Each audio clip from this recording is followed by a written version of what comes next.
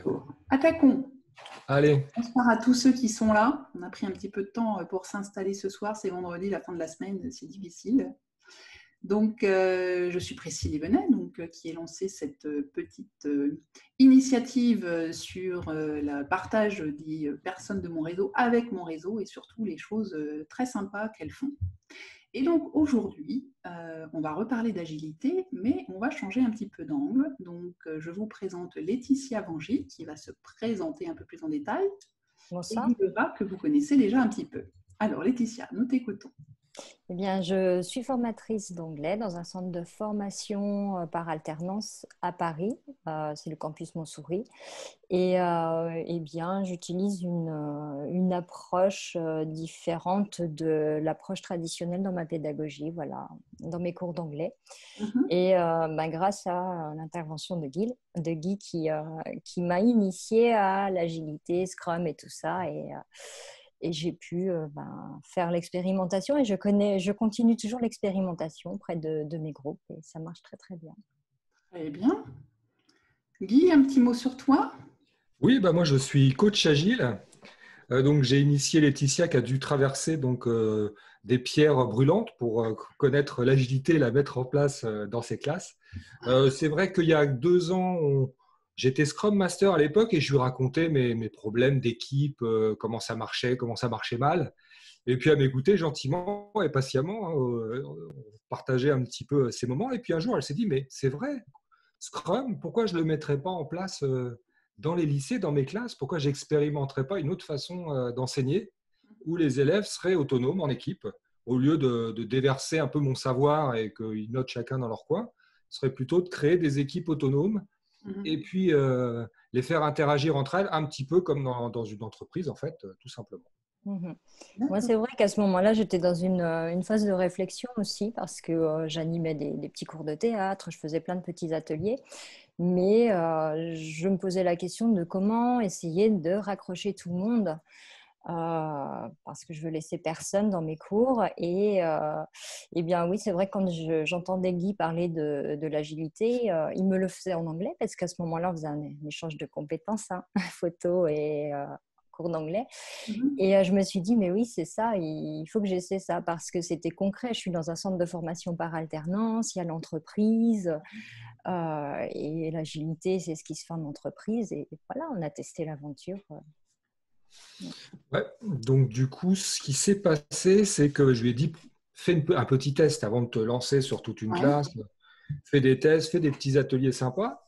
Et puis, au mois de juillet-août 2018, si je ne me trompe pas, on a retravaillé tout son référentiel parce que dans l'enseignement, c'est assez cadré. En fait, on a retravaillé le référentiel pour l'adapter à l'agilité. Travailler sous forme de story. C'est des briques un petit peu indépendantes les unes des autres que les élèves allaient pouvoir travailler. Donc, on a vraiment… Oui. Et le but de mettre ça en place, tu cherchais quoi, Laetitia, en mettant ça dans ton…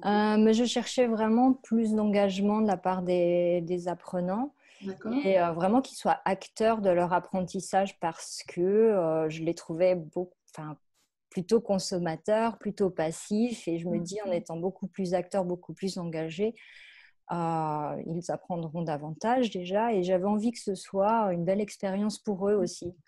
Bien souvent, je rencontrais des personnes, quand je les rencontre, quand je leur dis je suis prof d'anglais, on me dit « Ah, moi, l'anglais, voilà, toujours une mauvaise expérience. » Et je ne voulais pas cette mauvaise expérience avec mes élèves, voilà.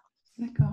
Et ils ont quel âge, tes élèves, à peu près? Alors, je prépare des bacs pro, donc on va dire les plus jeunes ont 16-17 ans.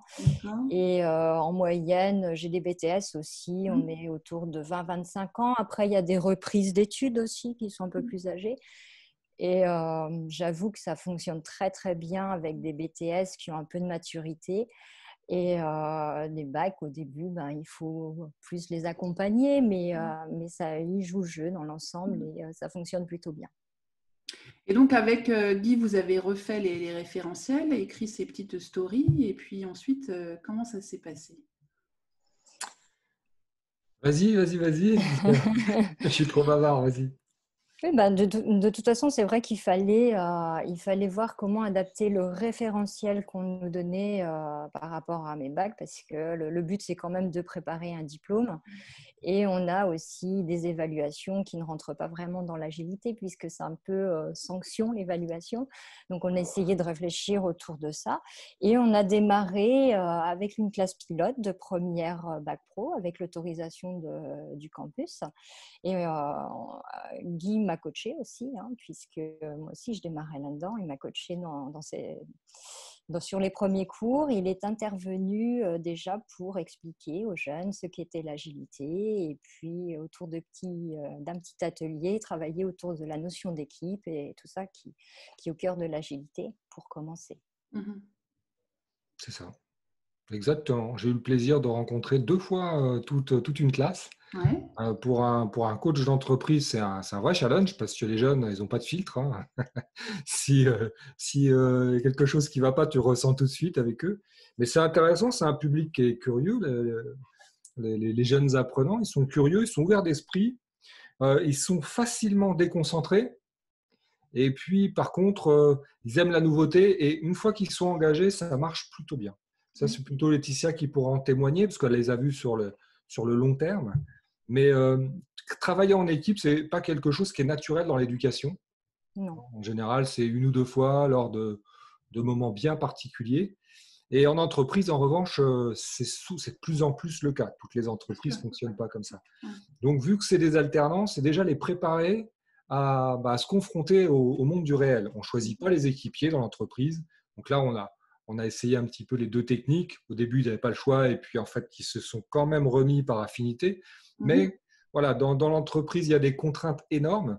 Et puis, ils étaient quand même acteurs de leur apprentissage dans le sens où on a mis en place un framework qui s'appelle Scrum dans l'agilité, qui est très cadré avec du management visuel où on voit les tâches avancer, avec un représentant de l'équipe qui vient faire un petit peu l'interface client-fournisseur, avec le coach qui venait, en fait, c'était Laetitia et moi, on passait un petit peu les aider, mais aussi plutôt les accompagner parce que parfois, on leur disait, mais ça, tu peux le trouver tout seul. Ça, tu peux te débrouiller-toi, quoi. Il y a des questions que tu me poses, c'est par facilité. Ou bien, on leur avait mis un petit totem, c'était un biberon. Et ils pouvaient nous poser une question pour une traduction, etc. Mais ils devaient nous rendre le biberon. Ouais. Ce qui était un petit peu le côté infantilisant. Et ben, ils ne l'ont jamais rendu. Ils avaient tout de suite la fierté de ne pas donner ce petit totem. Et Voilà, alors, c'était quoi comme type de tâches qu'ils avaient à faire, par exemple, en groupe pour cet apprentissage? Parce que j'ai un petit peu de mal à visualiser comment est-ce que ça fonctionnait, tout ça. Si vous avez peut-être un exemple très concret. Oui, on a commencé, et là je le réitère cette année avec tous mes groupes, sur une création d'entreprise. Donc, même mes bacs, je le fais, mais à un niveau différent, avec des exigences moindres par rapport à mes BTS. Mais je leur demande de créer une entreprise en équipe, de donner un nom, des valeurs, des logos, de trouver une petite idée, d'innover par rapport à ce qui se fait déjà, de trouver le persona, donc le client type, ensuite de parler d'organisation de l'entreprise, donc ça c'est plutôt les bacs. Eux en équipe, on va faire toute cette recherche. Moi je les accompagne, je les guide, quand ils me demandent des mots, je leur dis mais qu'est-ce que vous pouvez faire avant que moi je vous donne le mot. Je les accompagne sous forme de questionnement pour qu'ils réfléchissent à ce qu'ils peuvent faire pour faire les choses par eux-mêmes. Et après je valide avec eux, je dis moi je suis là, je peux vous valider, je peux vous accompagner, vous conseiller, mais pas vous donner la réponse toute faite. Et ensuite, à l'issue de ça, ils me font une partie écrite qu'ils vont me rendre ensemble. Donc, c'est un travail commun. Et puis, après, ils vont faire une présentation à l'oral de cette entreprise-là.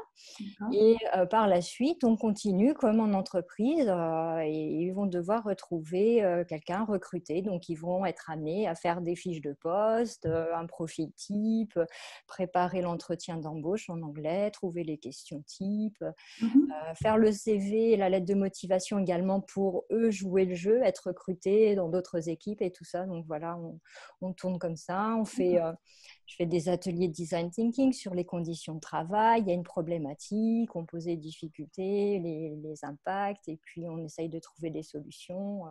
Voilà. C'est très très loin des cours d'anglais dont je me souviens. Alors moi j'ai un très bon souvenir de mes cours d'anglais parce que j'adorais ça du reste, mais quand même ça n'avait quand même strictement rien à voir. C'est ça. Et ce qui perturbait un petit peu mes bacs, ça perturbe moins les BTS parce qu'ils sont beaucoup plus autonomes, mais les bacs, le fait de ne pas avoir de traces écrites au tableau du cours, et puis après je recopie dans le cahier, puis je fais les exercices à trous de grammaire, ça les perturbait, ça avait l'impression de dire mais c'est pas un cours, parce qu'ils pour eux, ils faisaient un projet, ils appréciaient, ils s'amusaient.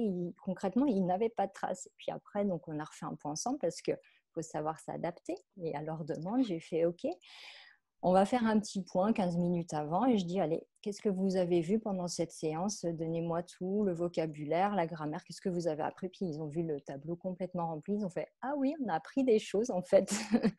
Donc voilà, c'est que concrètement, ce n'était pas écrit sur le tableau. Et ça les perturbait un peu au départ.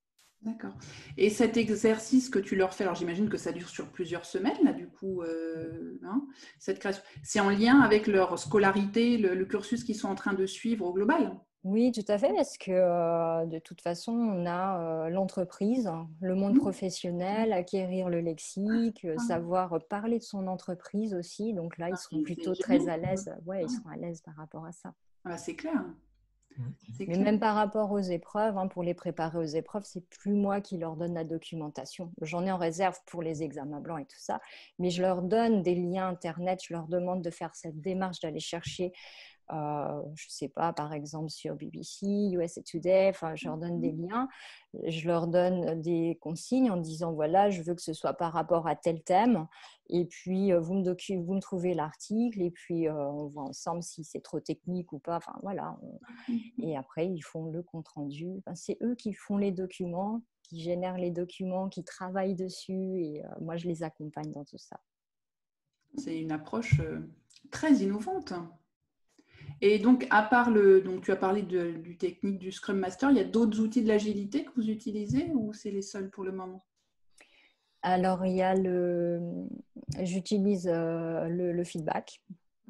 Voilà, on fait les daily ou les weekly puisque je les vois de semaine en semaine et pas tous les jours.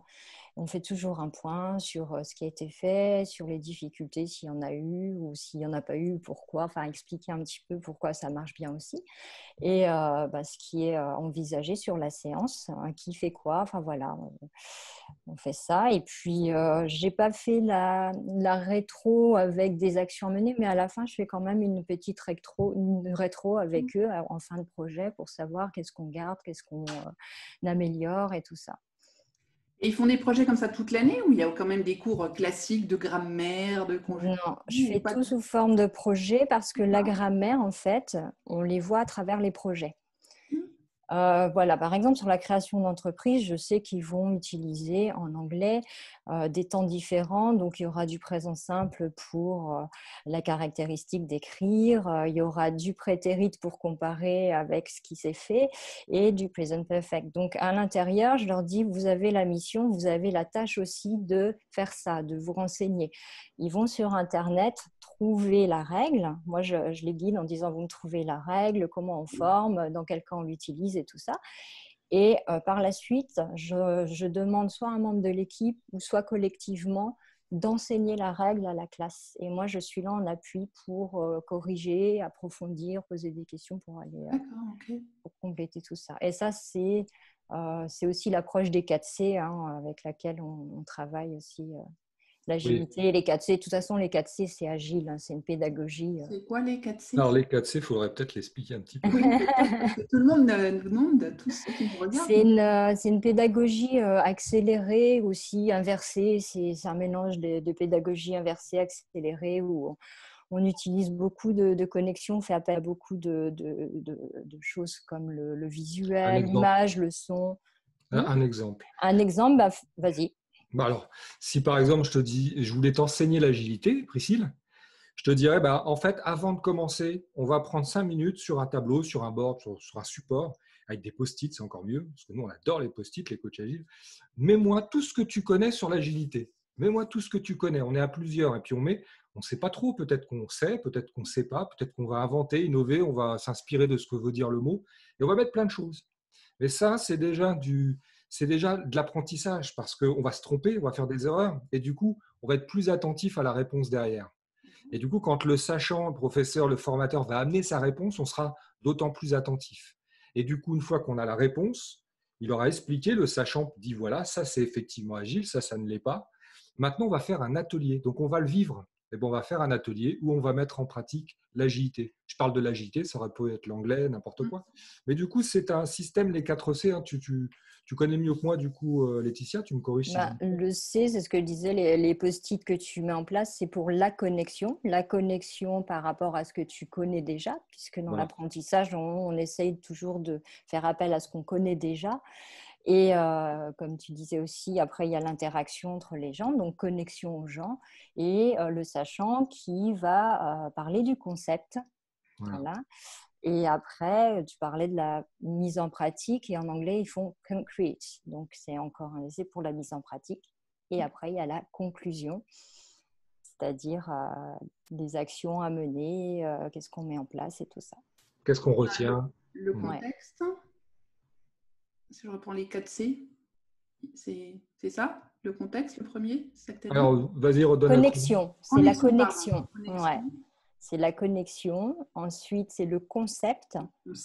Après, on est sur concrete pour toute la mise en pratique et conclusion. Conclusion, ok. Voilà. Mais ces 4 étapes, c'est tu vis vraiment quelque chose, en fait.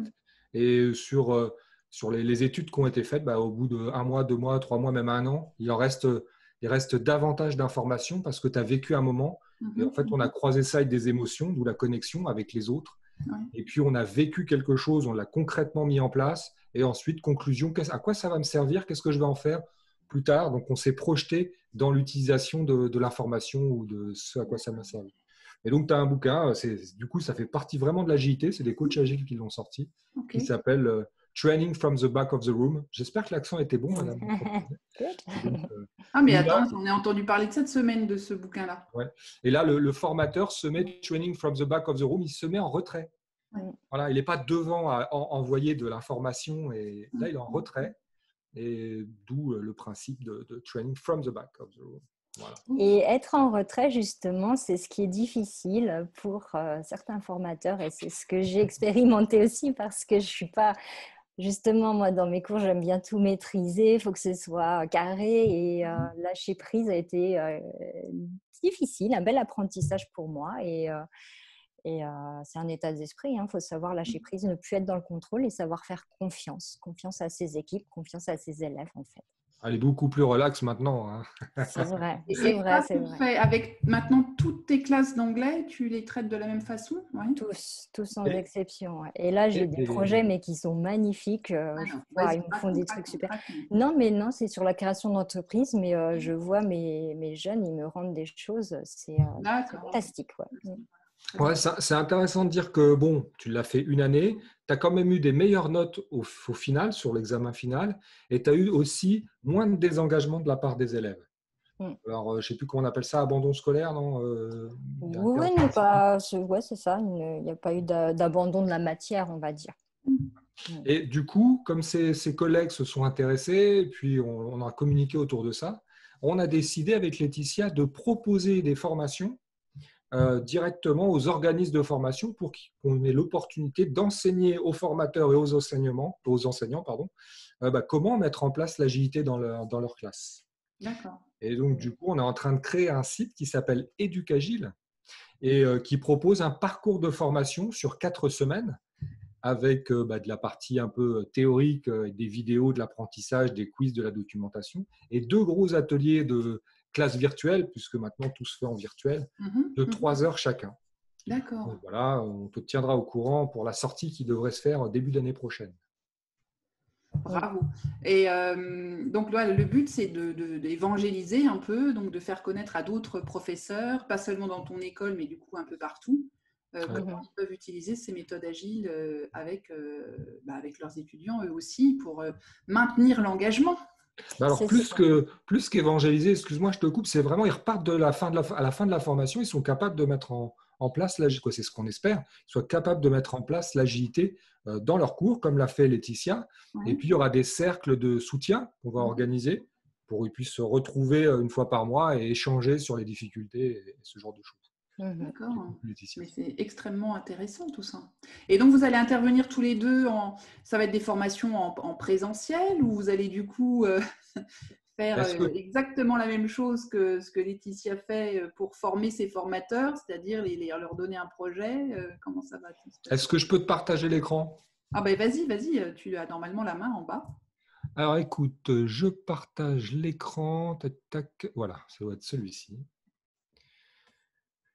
Donc ça, c'était pour montrer que sur le blog Coach Agile Paris, il y a quelques articles qui ont été écrits l'année dernière ou en 2018-2019 sur tout ce qu'on avait fait auprès des élèves, etc. Le site que l'on est en train de faire, on a aussi un blog Educagile, donc qui est sur Educagile blog/blog, tout simplement. Vous retrouvez les derniers articles de Laetitia qui est encore en train cette année de mettre en place l'agilité. Et puis, voilà un lien qui ne fonctionne pas. Et voilà un petit peu les cours qu'on est en train de faire. Donc, c'est en cours de réalisation. Donc, il y a des vidéos, il y a tout un parcours d'apprenants.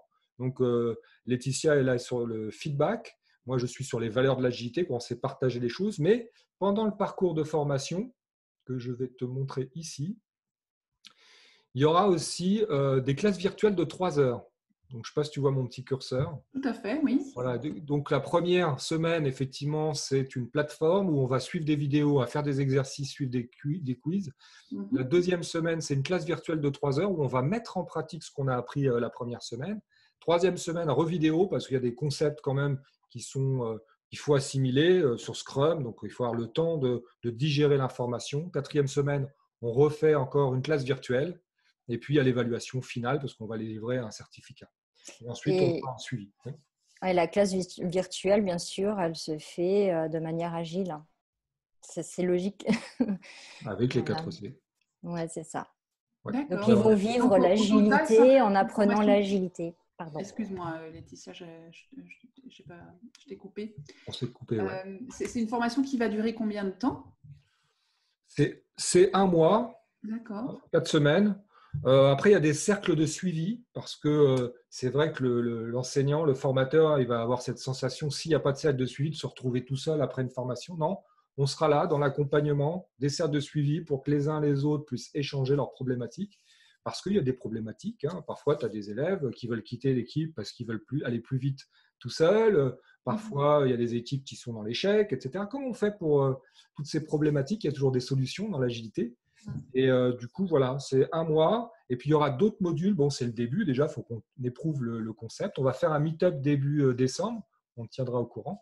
Et puis, après, on fera d'autres formations qui seront un petit peu plus axées sur des outils. Il y a plein d'outils. Le user story mapping, l'impact mapping, le customer journey, le design thinking, le design sprint. Je peux passer la soirée à parler d'outils. Il y en a beaucoup.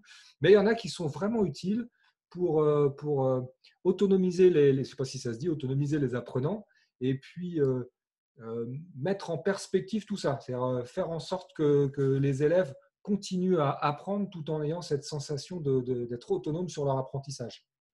Donc ça reste un petit peu virtuel tout ce que je dis, mais il faut s'inscrire à la formation pour découvrir. Ouais, donc on propose une douzaine d'heures de formation là déjà. D'accord. Et puis, à l'issue de cette formation, déjà, on peut… moi, je me suis vite mis dans le bain.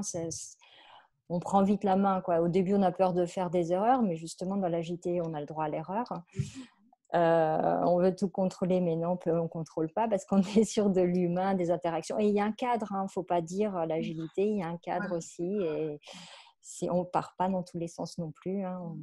Il y a des rendus, il y a des livrables, comme je parle un petit peu comme ça, mais voilà. Et d'après votre vision à tous les deux, ça s'adresse à des élèves à partir de quel âge? Parce que là, tu as déjà des assez grands, mais d'après vous, à partir de quel âge on peut commencer? Je vous pose ces questions-là parce qu'il y a quelques mois, j'ai interviewé Delphine Falcoz, que vous avez peut-être vu, qui est passée aussi là il n'y a pas très longtemps, qui elle est donc chef de projet PMP depuis très très longtemps, etc. Et elle avec son groupement, là, le PMI, ils vont enseigner les gestions de projet dès la primaire. Hein. Donc c'est vraiment une méthode très light, mais c'est primaire. Est-ce que les méthodes agiles aussi, on peut commencer si tôt ou il faut quand même des enfants déjà un peu plus grands, un peu plus responsabilisés? Qu'est-ce que vous voyez là-dessus? Moi, je pense qu'on peut commencer, oui, dès 6-7 ans, parce que le but, c'est quand même de les amener vers une autonomie. Donc, ils ne sont pas autonomes, mais justement, on est là pour les amener vers une autonomie. Tu as un prof de français qui est sur le site Educariote, avec un Y, Educariote, qui a fait pas mal d'agilité, qui a mis en place l'agilité. Lui, c'est des 6e. D'accord. C'est des petits. C'est plus compliqué quand même. Il faut cadrer beaucoup plus parce que c'est des adultes en devenir. C'est encore des enfants. Hein. Il y a l'esprit critique n'est pas toujours là. Les filtres ne sont pas encore complètement installés. Donc, il se disperse beaucoup plus. Mais il a fait beaucoup d'expérimentations et je vous invite à aller voir son site. Je le mets peut-être, je ne sais pas si les participants pourront voir, si je le mets dans la conversation. Oui. Je mets son site, tac. Et ça nous a aussi inspiré parce que c'est quand même sympa ce qu'il a fait. Il a fait beaucoup de choses, il a beaucoup documenté. Après, tu as Montessori qui est quand même aussi un petit peu dans cet esprit intuitif, autonomie. Bon, c'est déjà un peu on retrouve des choses très, comment dirais-je, des points communs avec l'agilité. Et moi perso, je préfère les jeunes adultes parce qu'ils sont vraiment dans le passage entre l'école et le monde professionnel. C'est à ce moment-là que tout va se jouer. Il va falloir s'adapter parce que sinon, ça va être très compliqué la vie professionnelle. Donc, c'est le moment où ils peuvent expérimenter en toute douceur, en fait, cette transition. Oui, c'est pas mal parce que du coup, effectivement, là, juste avant le diplôme de leur fin d'études, leur cursus, ça leur permet déjà de toucher un peu du doigt ce dans quoi ils vont sauter d'un coup là et qui risque de leur faire un petit peu drôle effectivement parce que pour le moment ils sont pas trop préparés à tout ça. C'est ça. Très bien, écoutez, merci beaucoup de ce partage d'expérience. Alors Laetitia, moi j'espère que tu vas pouvoir former plein d'autres professeurs à ces techniques et puis qui sait, peut-être que tout ça, ça va redonner un peu le goût de l'étude et des études aux étudiants surtout. Et ça s'adapte aussi parce que tout à l'heure, vous m'avez expliqué que vous allez faire des formations qui vont être en ligne, en mode agile, etc. Mais aujourd'hui, on a, avec le Covid, beaucoup de professeurs, d'instituteurs, professeurs surtout, qui sont encore aussi, qui travaillent en téléconférence. Et vous allez aussi leur donner des outils pour pouvoir aussi adapter ces outils au-delà du présentiel, au virtuel, puisque malheureusement, ça devient un peu notre quotidien. Je suis en train de vivre la formation à distance et le travail d'équipe à distance. On utilise Teams, on fait des équipes. Il y a l'outil Trello, c'est possible. Il y a des boards avec des post-it. Oui, c'est possible. Comme ça, on pourra utiliser cette technique, quelle que soit la méthode d'enseignement. C'est passionnant. Je suis ravie de vous avoir fait venir pour nous expliquer ça parce que franchement, c'est une belle aventure. Bravo à vous deux d'avoir eu cette idée lumineuse de faire rentrer un peu de techniques différentes dans l'école parce que là, ça a l'air de bien marcher. Et puis, visiblement, avec beaucoup de résultats. Est-ce que sur votre site, on peut voir aussi des témoignages d'étudiants qui ont été formés ou On y travaille. Oui. On a des témoignages écrits pour le moment, qu'on n'a pas encore mis en ligne parce qu'il faut les mettre sur le site définitif qui sortira début janvier sur le blog en même temps. Mais on va les mettre. Je pense qu'il faut qu'on fasse ça cette semaine. Et puis, on aimerait faire des témoignages vidéo. Alors là, c'est un peu plus compliqué. On voulait les faire et puis il y a le Covid qui est tombé. Donc, on va essayer de les faire par Zoom du coup. Mais on va mettre des témoignages parce que les élèves sont les meilleurs ambassadeurs de l'agilité. Et vous avez comme ça des contacts, je sais pas, avec des académies qui seraient partantes pour faire un pilote à plus grande échelle ou je vois loin moi déjà, donc. Déjà, j'en ai parlé au directeur de mon centre de formation qui nous accorde son soutien, qui va aussi nous ouvrir le réseau. Donc, c'est déjà très intéressant si on peut déjà agir sur le réseau de l'Île-de-France dans les centres de formation. Puis, on va voir. Moi, je vise aussi, si c'est possible, l'éducation nationale et tout ça. Bon, écoutez, on va voir. En tout cas, longue vie à ce projet et puis beaucoup de développement. Et puis encore bravo à tous les deux pour cette superbe initiative. Si on veut vous retrouver, prendre contact avec vous, on fait comment? Alors, Educagile sur LinkedIn. Educagile. Ça s'écrit. Alors, je le mets E-D-U-C-A-G-I-L-E. Éduc Agile. Donc, c'est l'acronyme de Éduc, éducation, agilité, agile. Et puis sinon, Guy Laura JR sur LinkedIn. Et pour toi, Laetitia, je crois que c'est Laetitia Avanger. C'est Laetitia Avanger, sur LinkedIn. Avec grand plaisir, on répondra à vos questions. Ok, moi je mets tout ça en ce moment-là sur le chat de Zoom, de Zoom de Facebook, parce qu'on a pas mal de personnes sur l'autre côté. Et puis, hop.